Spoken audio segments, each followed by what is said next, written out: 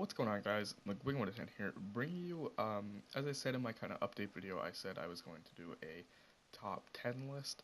So in this video, we are going to have a top 10 pitchers list. It is a starting pitchers list, and I was thinking of doing both the right-handers and the left-handers combined, so just a top 10 in total, and I might do that, I don't know, but for this video only, it is only right-handed starting pitchers. So for example, Mike Scott, Greinke, Gaylor, Perry, just for example, so those are right-handed pitchers, and for example, somebody like Clayton Kershaw will not be on this list, obviously. So, I'm just gonna go with some honorable mentions. So it is a top 10 list. Some honorable mentions, right quick. The finest Steven Strasburg, 97 Matt Harvey, 95 Jake Peavy, 92 Garrett Cole, 92 Chris Archer, 99 Verlander, 98 Felix Hernandez, 93 Alex Reyes, and 96 Adam Wainwright. So those are just kind of some cards. Like, I felt like the top three was pretty easy to decide. Oh, and one thing, no knuckleballers are on this list. I excluded the knuckleballers because they're kind of like on their own list. So there's no Necro, Dickey, Tion, nothing like that. So I felt like the top three was pretty easy, and then 4, 5, and 6 I found okay. They aren't top three worthy, but they also aren't like bottom three worthy. And then 7, 8, 9, and 10 I really had a tough time deciding, and I still don't know what I want to do as far as that, but I feel like I have it down as far as like the top 6, I think. So let's get into it, and we are going to start off with number 10. So number 10 is the 92 Nolan Ryan, or it could be the 96 Nolan Ryan. There's not really a difference between the two. The 94 throws a little bit. He doesn't throw as much, so that's why I didn't put that one in the list. But I decided to put the 92 one in. This one was so close to being an honorable mention, obviously because it is number 10.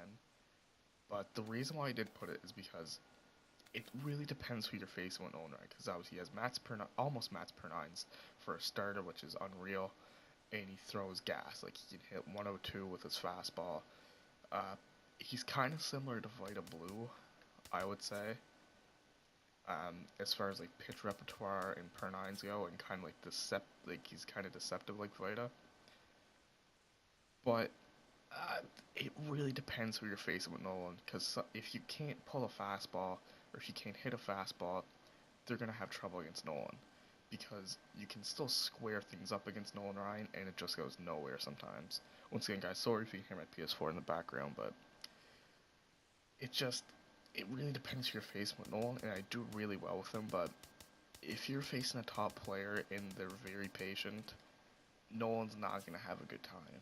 Like, Nolan is just not going to have a good time, especially if you have a hard time controlling him. So that's why he's number 10. That's kind of in, like, if you're not facing a top player, say if you're only like championship series, but like on Hall of Fame, Nolan Ryan is still very good. But if you're facing somebody very patient, it can be hard to pitch them sometimes. So that's why he's number 10. And we move on to number 9 now. Coming in at number 9, we have the 98 overall Corey Kluber, the finest card, the kind of final batch of cards that they released for the show 17. Kluber has really nice stats, and I was really excited for this card. 90 hits per 9, 92 K per 9, 83 velo, and 97 breaks, so he finally does get that break that he does deserve. Sinker, slider, cutter, forcing, changeup, so he's got a very good pitch repertoire.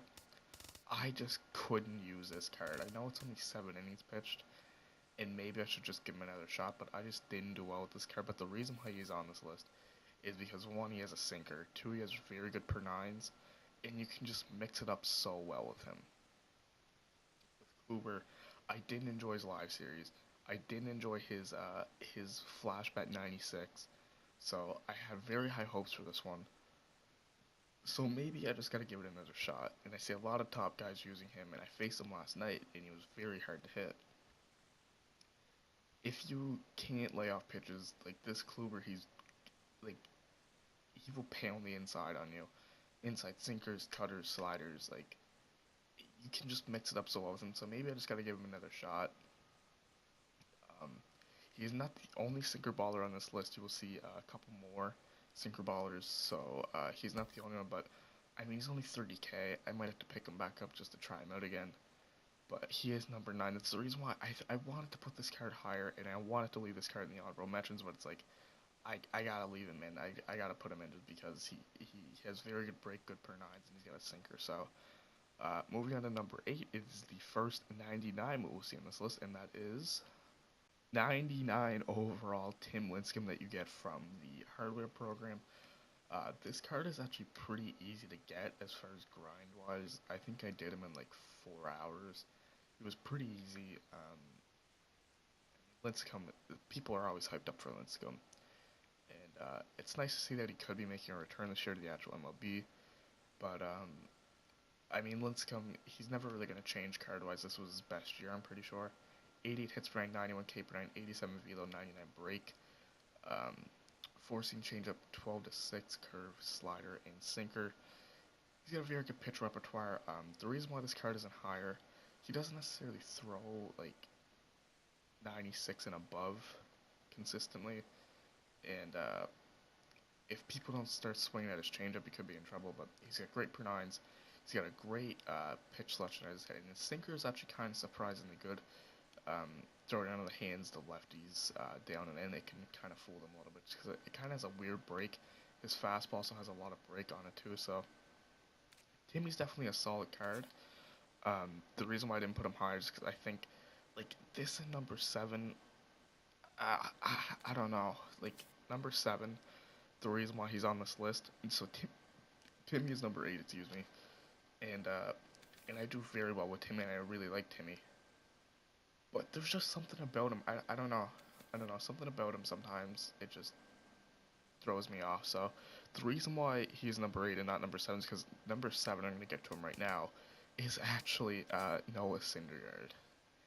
And the reason why Syndergaard is number 7 is because we are currently almost in January, and I still can't hit Syndergaard. So, I mean, 99 velo, his per 9s are kind of meh. His kind of bad hits per 9s. Forcing sinker, slider, changeup, curveball. The reason why he's here is because I personally just still cannot hit Syndergaard. Whenever I see Syndergaard in the other team, I just like, fuck, well, I just gotta take pitches. And that can kind of be tedious if you are using Syndergaard. I've only used him for 4 innings, so other players I seen when I used, like, I don't know, when people use Syndergaard, they don't really do too well with him, which is weird. But as I said, it's almost January, and I still can't hit Syndergaard. I mean, Syndergaard's always been one of those cards that people will always struggle with. So I might have to give it another shot one day, and we'll see. But that's why he's number 7. So we're gonna move on to the top 6 now, and I think the top 6 is really where you start to see kind of the breakthrough. So as I said, like 7 through 10 in the honorable mentions, you could really like mix it up however you want. But the top 6, I think, is like it's pretty. It's going to be the same in everybody's list, I would say, pretty far. Maybe except for number 6, because number 6, I almost forgot about this card, but he's a very good card, and that card is 92 overall Future Stars Walker Buehler. Now, I almost forgot about this card, but I know Rebel loves this card. I know Zeke has used him a little bit. In this card, he throws, it says he only has 84 velocity, but I've seen this card hit 100 before, and his cutter hit like upwards like 98. Which is just ridiculous. He's got all right break on his pitches, I would say. All around, just a solid card, and he throws really hard. So, I couldn't put this card above the top 5, just because I think the top 5 is just like the cards, like, because I didn't do well with this Buehler once again. The same thing with Kluber, Syndergaard. I didn't use them for too much, but so I might have to pick this card up and give him another try. But when I face this card, I'm really streaky against it. Sorry, can I hit my mic right there? I'm really streaky against it. So this card, it's really hit or miss sometimes. But with his fastball and cutter, and like you can just mix it up so well with this card, he is really, really good. Like this card, I almost forgot about him as I said, but he is very, very good. And if you guys haven't used him yet, he is currently only 12k on the market, so I'm actually going to go ahead and pick him up again. I mean, you could probably get this card for under 10k, and he is so good. Dude, give him a shot. I promise you, you'll like him. So, that is 6 through 10 in the honorable mentions. We are now going to get into the top 5, And I think the top 5 is pretty solidified. I don't think there's really um, any way you can mix these cards. Maybe a little bit, but this is the way I thought the top 5 would be, so we're going to get that started. Starting off with number 5, and that is... Starting off the top 5, 99 Tom Seaver. This was a World Series reward way back a couple months ago. Um, and I remember a lot of people were kind of upset with this card just because he was the World Series reward. They were kind of upset that, like, oh, it's a pitcher, I don't really care. But this card is very, very good. 84 hits per 9, 91 K per 9, 77 velo is kind of low, but 91 break. One thing about this card, all of his pitches are very, very good. His slider has a shitload of movement on it, so does his changeup, so does his sinker. He can hit kind of like 94, 95. Once again, another card that I just used for one game and sold him. But he was very good, and I did use this card in the alpha, and he was so, so good. You can control him very well. I know he's only got 70 control, but and Seaver also kind of has like a funky release like out of his hand, so um, it's definitely a top 5 pitcher in my opinion. His fastball has a shitload of movement on it, so does his slider. His 12 to 6 is one of those. It's kind of similar to Lincecum's 12 to 6. Um, and his changeup is pretty similar to Lincecum's too, and that's his 4th pitch. And the sinker kind of righty on righty sometimes. I can't hit it, so Seaver, you don't really see him a whole lot, I find, and I don't know why, just because this card is so good, and Seaver was very good last year too, so um, yeah, Seaver's really underrated in this game, I think, and I think he's definitely a top 5 pitcher in this game, as far as right-handed pitchers anyways, but I would say overall, Seaver's definitely a top 10 pitcher in this game, and he definitely gets underlooked a lot, so he is starting off the top 5, and the other, not the other, but number 4, we will get into right now too. Where is he? He is a 95. There he is. It is the finest Max Scherzer, the hardware winner, because he did win the Cy Young this year. I want to say he's top 3 for hits per 9s and K per 9s. That's just ridiculous per 9s for a starter. 94 hits per 9, 93 K per 9. 74 velo is not too good, but 93 break. They also gave this card a cutter. There are 3 different 95 Scherzers. All of them are different. But I think the finest is definitely, without a doubt, his best one. As I said, 94 hits per 9, 93 K per 9. 4-seam slider, changeup, curveball, cutter. So as I said, they did give him a cutter compared to his live series card. He can hit like 95, 96. I do okay with this card, I would say.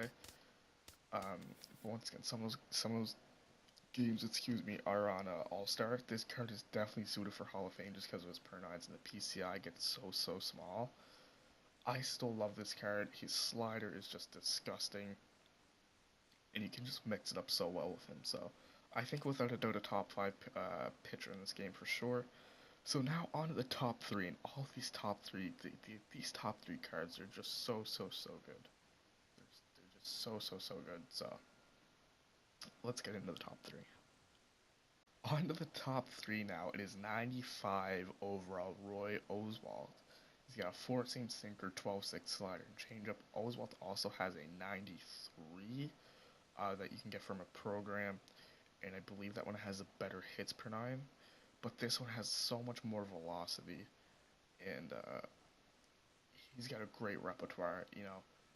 There's a lot of pitchers with sinkers on here too, or a lot of pitchers with sinkers here too. 4-seam sinker, 12-6 slider, changeup. He's very deceptive out of the hand. His 12 to 6 is kind of like a Gagne curveball. It's like 70 miles an hour. It's really good. I've never seen Oswalt hit like 99, 100, but like pretty consistent 96, 97, and even his sinker can hit that too, so that's almost unhittable. His slider's pretty decent. His changeup you gotta kind of watch out for because he doesn't really have a lot of control on that pitch, so you can hang it sometimes for sure, and that can kind of cost you. I don't think I've ever used this card, no.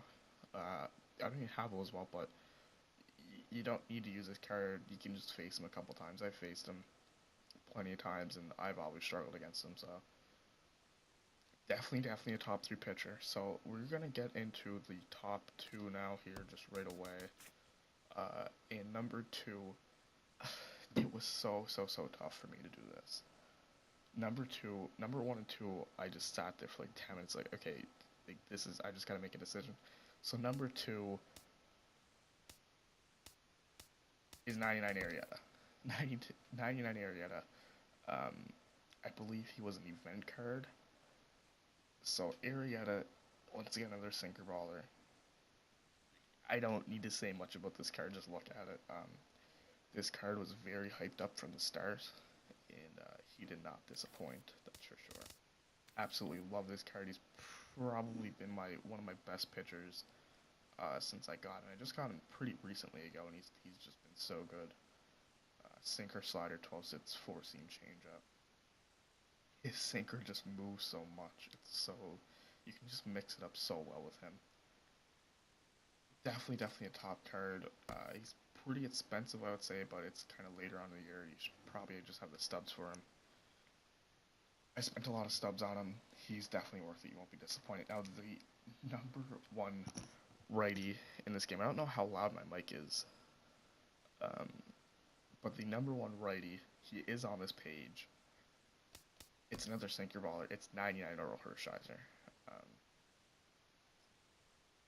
Like, if you haven't used this card, do yourself a favor. The only thing wrong with this card is that with the game and the game physics, he gives up a decent amount of late hits just because his sinker just has so much movement on it.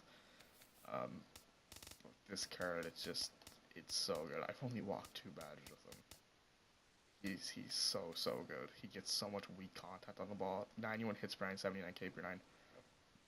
70 velo, 84 break. His curveball is disgusting. His cutter has a shitload of movement, and I think his changeup is like 77 miles an hour.